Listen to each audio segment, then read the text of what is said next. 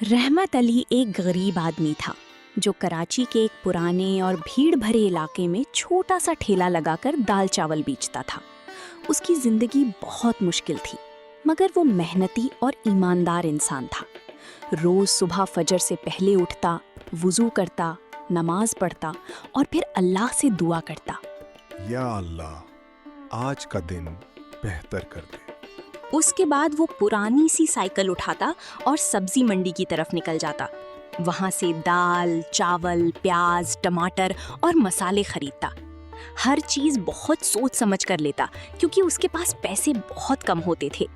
अगर वो एक चीज ज्यादा महंगी ले लेता तो घर का खर्चा मुश्किल हो जाता। रहमत अली की बीवी सलमा बहुत नेक और समझदार औरत थी। वो हर मुश्किल में अपने शौहर का साथ देती थी। छोटा सा घर था जिसमें सिर्फ 2 कमरे थे। एक कमरे में बच्चे सोते और दूसरे में वो दोनों। किचन भी बहुत छोटा था, मगर सलमा उसमें बहुत प्यार से खाना पकाती थी। रहमत अली के 2 बच्चे थे। बड़ा बेटा अहमद 10 साल का था और स्कूल जाता था। छोटी बेटी आयशा सिर्फ 6 साल की थी। दोनों बच्चे बहुत मासूम थे। जब रहमत अली घर से निकलता तो दोनों उसके गले लगकर कहते, अब्बा जल्दी वापस आना। ये अल्फाज सुनकर उसकी सारी थकान कम हो जाती।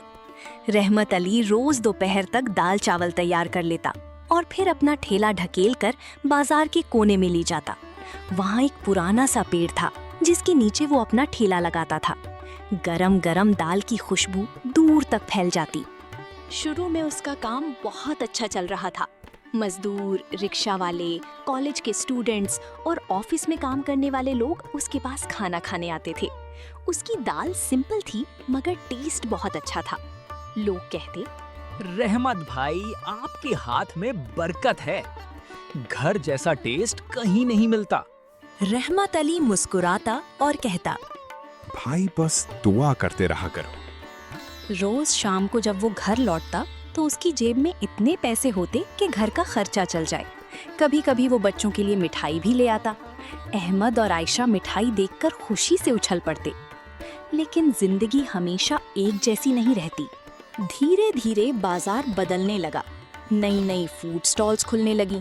किसी ने जिंगर बर्गर का स्टॉल लगा लिया, किसी ने शवारमा बेचना शुरू कर दिया, कोई फ्राइज और पिज्जा बेच रहा था।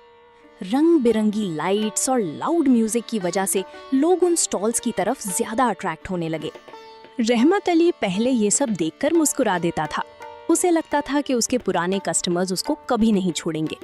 मगर वक्त के साथ उसकी सोच गलत साबित होने लगी। एक दिन उसने महसूस किया कि पहले जैसा रश नहीं रहा। सिर्फ चंद लोग आए, बाकी लोग सामने वाले बर्गर स्टॉल पर खड़े थे। उसने दिल में सोचा, शायद आज का दिन स्लो है। मगर अगले दिन भी वही हाल रहा। एक पुराना कस्टमर आया और बोला, रहमत भाई, दाल चावल अच्छे हैं, मगर रोज रोज एक ही चीज खाकर बोर हो गए हैं।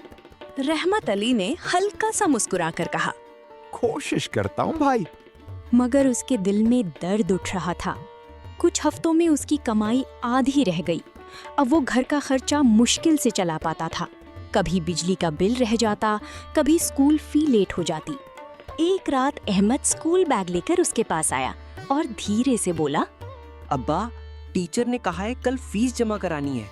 रहमत अली ने जेब चेक की, मगर उसमें सिर्फ कुछ सिक्के थे। उसने बेटा के सर पर हाथ रखा और कहा, इंशाअल्लाह कल हो जाएगी। मगर उसकी आंखों में परेशानी साफ नजर आ रही थी। उस रात सलमा ने देखा कि रहमत अली चुपचाप बैठा है। उसने पूछा, क्या सोच रहे हो?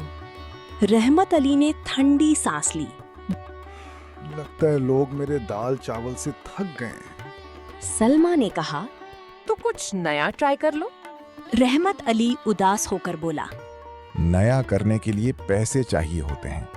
सलमा कुछ देर खामोश रही। फिर वो अंदर गई और एक छोटा सा डब्बा लेकर आई। उसने डब्बा रहमत अली के हाथ में दिया। रहमत अली ने खोला तो उसमें कुछ नोट और सिक्के थे। ये पैसे कहाँ से आए? उसने हैरानी से पूछा। सलमा मुस्कुराकर बोली, मैं थोड़े थोड़े पैसे बचा रही थी मुश्किल वक्त के लिए। रहमत अली की आंखों में आंसू आ गए। अगले दिन वो बाजार गया। और बहुत सोचने लगा कि लोगों को क्या पसंद आ सकता है। उसने देखा कि लोग स्पाइसी और डिफरेंट चीजें पसंद करते हैं। उसने फैसला किया कि अब सिर्फ सिंपल दाल चावल नहीं बेचेगा। उस रात वो और सलमा देर तक बैठकर प्लान बनाते रहे। अहमद भी पास बैठा आइडियाज दे रहा था। अब्बा, स्कूल के बाहर वाले अंकल स्पाइसी चना चाट बेचते हैं, बहुत लोग खाते हैं। रहमत अली ने मुस्कुरा कर कहा। तुम तो बड़े बिजनेसमैन बन गए हो। अगले दिन रहमत अली ने अपने ठेले पर एक नया बोर्ड लगाया। लोग रुक रुक कर बोर्ड देखने लगे, कुछ क्यूरियोसिटी में आ गए। पहला कस्टमर आया और बोला, रहमत भाई, आज नया मेन्यू। रहमत अली ने फख्र से कहा। जी भाई, आज कुछ डिफरेंट ट्राई किया है। कस्टमर ने खाना टेस्ट किया और फौरन बोला। वाह, मजेदार है। ये सुनकर रहमत अली के दिल में उम्मीद जाग उठी। धीरे धीरे और लोग आने लगे। किसी को स्पाइसी चावल पसंद आए, किसी को चना चाट। उस दिन बहुत अरसे बाद उसका सारा खाना बिक गया। शाम को जब वो घर आया तो उसके चेहरे पर खुशी थी। उसने अहमद को गले लगाया और कहा, बेटा, आज अल्लाह ने करम कर दिया। अहमद खुश होकर बोला। मैंने कहा था ना अब्बा, कुछ नया करने से लोग आएंगे। अगले कुछ हफ्तों में रहमत अली ने और भी डिशेस ट्राई करना शुरू कर दी। कभी चिकन पुलाव, कभी कढ़ी चावल, कभी आलू कीमा और कभी अंडा बिरयानी। मगर एक बात कभी नहीं बदली, उसका प्यार और ईमानदारी। अगर किसी गरीब के पास पैसे कम होते तो वो कहता, कोई बात नहीं भाई, कल दे देना। कभी किसी भूखे बच्चे को फ्री में खाना दे देता। एक दिन एक बूढ़ी औरत उसके पास आई। उसके पास पैसे नहीं थे। उसने शर्माते हुए कहा, बेटा, बहुत भूख लगी है, मगर मेरे पास पैसे नहीं। रहमत अली फौरन बोला, अम्मी जी, पैसे की फिक्र मत करें, आप आराम से खाना खाइए। बूढ़ी औरत ने दुआ दी। अल्लाह तुम्हें बहुत कामयाब करे। उस दिन के बाद अजीब बरकत होनी शुरू हो गई। कस्टमर्स और ज्यादा आने लगे। रहमत अली को यकीन ही नहीं आ रहा था। उसकी कमाई पहले से 3 गुना ज्यादा हो गई। अब वो रोज घर मिठाई लेकर जाता। अहमद की स्कूल फी वक्त पर जमा होने लगी। आयशा के लिए नए कपड़े आए। रहमत अली ने आसमान की तरफ देखा और दिल से शुक्र अदा किया। उसने सीख लिया था कि मुश्किल वक्त इंसान को तोड़ने नहीं, मजबूत बनाने आता है। और उसने ये भी समझ लिया था कि दुनिया हमेशा नई चीज चाहती है। जो इंसान वक्त के साथ खुद को बदल लेता है, वही आगे बढ़ता है।